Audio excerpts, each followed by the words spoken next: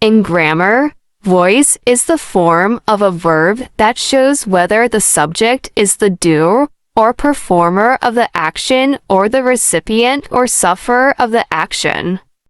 If the subject is the doer, the verb is in the active voice.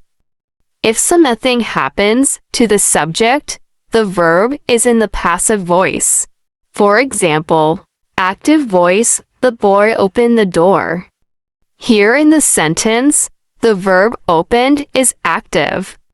Passive voice, the door was opened by the boy. Here the verb was opened is passive. 5 basic changes. There are mainly 5 basic rules while changing active voice to passive voice. 1. The object of active voice changes into subject of passive voice and is placed in the beginning of the sentence.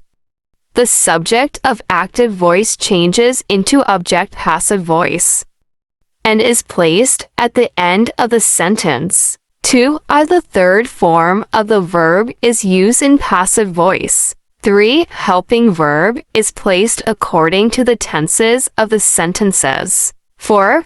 The preposition by is placed before the new object. 5. The subject of active voice, if it happened to be a pronoun, will change into the following.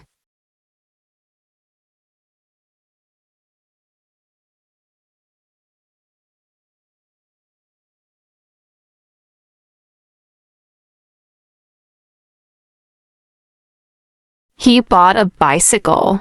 A bicycle was bought by him. Aaliyah punished him. He was punished by Aaliyah. Joseph took the thief to the police station. The thief was taken to police station by Joseph. I lent him my laptop.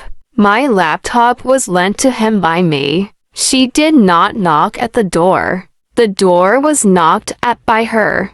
Ollie did not teach them. They were not taught by Ollie. Did she ring the bell? Was the bell rung by her? Did he eat food? Was food eaten by him? Who ate apples? By whom apples were eaten?